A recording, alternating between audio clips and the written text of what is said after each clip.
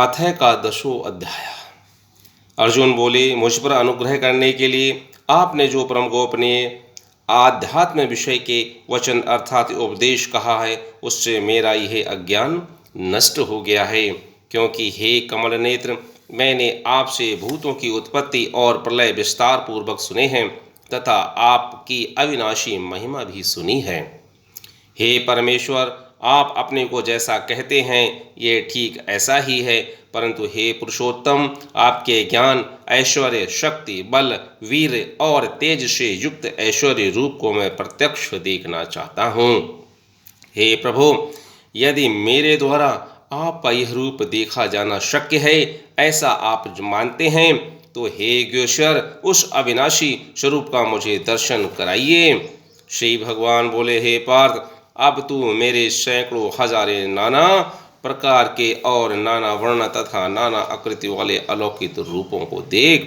हे भरतवंशी अर्जुन, तू मुझ में आदित्यों को अर्थात आदित्य के 12 पुत्रों को, 8 वसुओं को, 11 रुद्रों को, दोनों अश्विनी कुमारों को और 49 मरुदगणों को देख, और भी बहुत से पहले न देखे हुए आश्चर्यमय रूपों को देख। हे अर्जुन, अब इस मेरे शरीर में एक जगह स्थित चराचर सहित संपूर्ण जगत को देख, और भी जो कुछ देखना चाहते हो सो देख, परंतु मुझको तू इन अपने प्राकृतिक नेत्रों द्वारा देखने में निःसंदेह समर्थ नहीं है।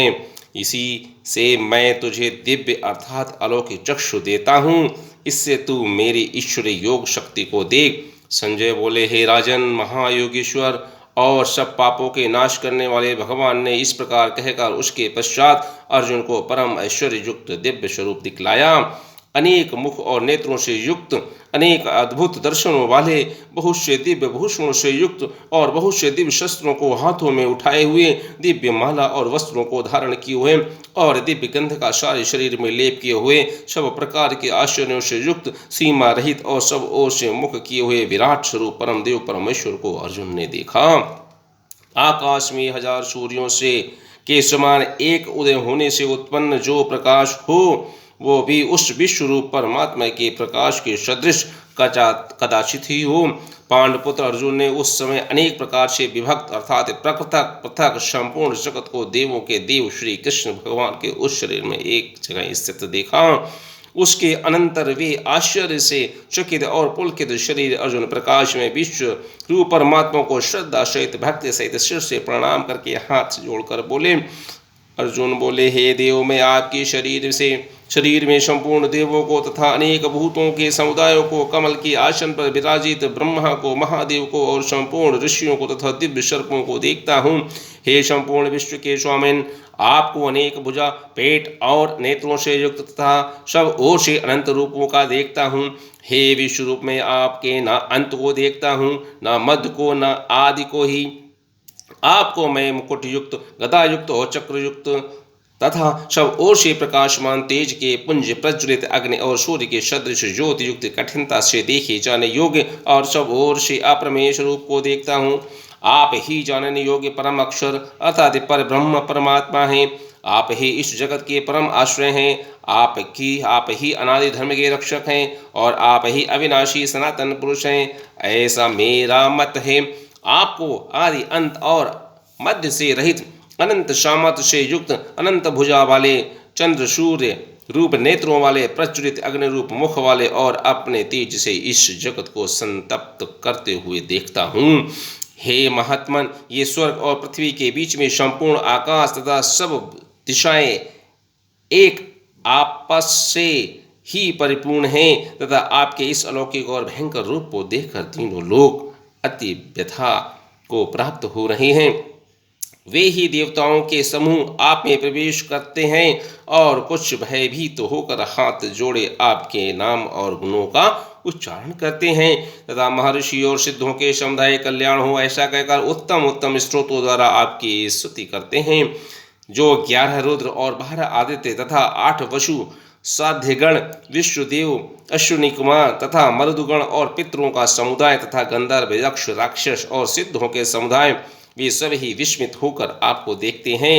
हे महाबाहो, आपके बहुत मुक्त और नेत्रों वाले, बहुत हाथ, जंघा और पैरों वाले, बहुत उदरों वाले और बहुत सी दाढ़ों के कारण अत्यंत विकराल महान रूप को देखकर सब लोग व्याकुल हो रहे हैं तथा मैं भी व्याकुल हो रहा हूँ, क्योंकि हे विष्णु, आकाश को स्पर्श करने वाले दैदीप्यान अनेक वर्णों से युक्त तथा फैलाए हुए मुख और प्रकाशमान विकास विशाल नेत्रों से युक्त आपको देखकर भयभीत अंतःकरण वाला मैं धीरज और शांति नहीं पाता हूँ।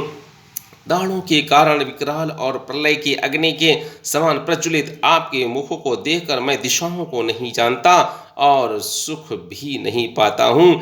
इसलिए हे देवेश, हे जगन निवास, आप प्रसन्न हो। वे सभी धृतराष्ट्र के पुत्र राजाओं के समुदाय सहित आप में प्रवेश कर रहे हैं और भीष्म, पितामह, द्रोणाचार्य तथा वह कर्ण और हमारे पक्ष के भी प्रधान योद्धाओं के सहित सब के सब आपके दाढ़ों के कारण विकराल भयानक मुखों में बड़े वेग से दौड़ते हुए प्रवेश कर रहे हैं और कई एक चूर्ण हुए सिरों सहित आपके दांतों के बीच में लगे हुए दिख रहे हैं। जैसे नदियों के बहुत से जल के प्रवाह स्वाभाविक ही समुद्र के ही सम्मुख दौड़ते हैं अर्थात समुद्र में प्रवेश करते हैं, वैसे ही वे नरक लोक के वीर भी आपके प्रज्वलित मुखों में प्रवेश कर रहे हैं। जैसे पतंग मोहवश नष्ट हो जाने के लिए प्रज्वलित अग्नि में अतिवेग से दौड़ते हुए प्रवेश करते हैं, वैसे ही वे सब भी अपने नाश के लिए आपके मुख में अतिवेग से दौड़ते हुए प्रवेश कर रहे हैं। आप उन संपूर्ण लोगों को प्रज्वलित मुखों द्वारा ग्रास करते हुए सब ओर से बार बार चाट रहे हैं। हे विष्णु, आपका उग्र प्रकाश संपूर्ण जगत को तेज के द्वारा परिपूर्ण करके तपा रहा है। मुझे बतलाइए कि आप उग्र रूप वाले कौन हैं? हे देवों में श्रेष्ठ, आपको नमस्कार हो, आप प्रसन्न होइए। आदि पुरुष, आपको मैं विशेष रूप से जानना चाहता हूँ, क्योंकि मैं आपकी प्रवृत्ति को नहीं जानता। श्री भगवान बोले, मैं लोगों का नाश करने वाला बड़ा हुआ महाकाल हूँ। इस समय इन लोगों को नष्ट करने के लिए प्रवृत्त हुआ हूँ। इसलिए जो प्रतिपक्षियों की सेना में स्थित योद्धा लोग हैं, वे सब तेरे बिना भी नहीं रहेंगे, अर्थात तेरे युद्ध न करने पर भी इन सब का नाश हो जाएगा। अतः तो उठ, यश प्राप्त कर और शत्रुओं को जीत कर धन धान्य से संपन्न राज्य को भोग। ये सब शूरवीर पहले ही मेरे द्वारा मारे हुए हैं। ये हे सभ्य साचिन, तू तो केवल निमित्त मात्र बन जा। द्रोणाचार्य और भीष्म पितामह तथा जयद्रथ और कर्ण तथा और भी बहुत से मेरे द्वारा मारे हुए शूरवीर योद्धाओं को तू मार। भय मत कर, निसंदेह तू युद्ध में वैरियों को जीतेगा, इसलिए युद्ध कर। संजय बोले। केशव भगवान के इस वचन को सुनकर मुकुटधारी अर्जुन हाथ जोड़कर कांपता हुआ नमस्कार करके फिर भी अत्यंत भयभीत तो होकर प्रणाम करके भगवान श्री कृष्ण के प्रति गदगद वाणी से बोले। अर्जुन बोले, हे अंतर्यामिन, यह योग ही है कि आपके नाम, गुण और प्रभाव के कीर्तन से जगत अति हर्षित हो रहा है और अनुराग को भी प्राप्त हो रहा है तथा भयभीत राक्षस लोग दिशाओं में भाग रहे हैं और सब सिद्ध गणों के समुदाय नमस्कार कर रहे हैं। हे महात्मन, ब्रह्मा के भी आदिकर्ता और सबसे बड़े आपके लिए वे कैसे नमस्कार न करें, क्योंकि हे अनंत, हे देवेश, हे जगन निवास, जो सत असत और उनसे परे अक्षर अर्थात सच्चिदानंद पर ब्रह्म है, वह आप ही हैं। आप आदिदेव और सनातन पुरुष हैं। आप इस जगत के परम आश्रय और जानने वाले तथा जानने योग्य और परम धाम हैं। हे अनंत रूप, आपसे यह सब जगत व्याप्त अर्थात परिपूर्ण है। स्वामी ब्रह्मा और ब्रह्मा के भी पिता हैं। आपके लिए हजारों बार नमस्कार हो, नमस्कार हो। आपके लिए फिर भी बार बार नमस्कार। हे अनंत सामर्थ्य वाले, आपके लिए आगे से और पीछे से भी नमस्कार। हे सर्वात्मन, आपके लिए सब ओर से ही नमस्कार हो, क्योंकि अनंत पराक्रमशाली आप समस्त संसार को व्याप्त किए हुए हैं। इससे आप ही सर्वस्वरूप हैं। आपके इस प्रभाव को ना जानते हुए आप मेरे सखा हैं, ऐसा मानकर प्रेम से अथवा प्रमाद से भी मैंने हे कृष्ण, हे यादव, हे सखे, इस प्रकार जो कुछ बिना सोचे समझे हठात कहा है। और हे अयोच्युत, आप जो मेरे द्वारा विनोद के लिए विहार, शैया, आसन और भोजन आदि में अकेले अथवा उन सखाओं के सामने भी अपमानित किए गए हैं, वो सब अपराध अप्रमेय स्वरूप अर्थात अचिंत्य प्रभाव वाले आपसे मैं क्षमा करवाता हूँ। आप इस चराचर जगत के पिता और सबसे बड़े गुरु एवं अति पूजनीय हैं। हे अनुपम प्रभाव वाले, तीनों लोकों में आपके समान भी दूसरा कोई नहीं है, फिर भी अधिक तो कैसे हो सकता है। अतएव हे प्रभु, मैं शरीर को भली भांति चरणों में निवेदित कर प्रणाम करके स्तुति करने योग्य आप ईश्वर की को प्रसन्न होने के लिए प्रार्थना करता हूँ।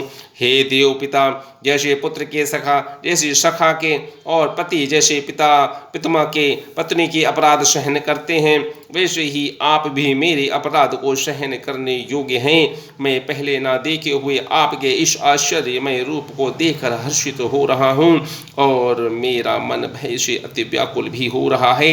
इसलिए आप इस अपने चतुर्भुज विष्णु रूप को ही मुझे दिखलाइए।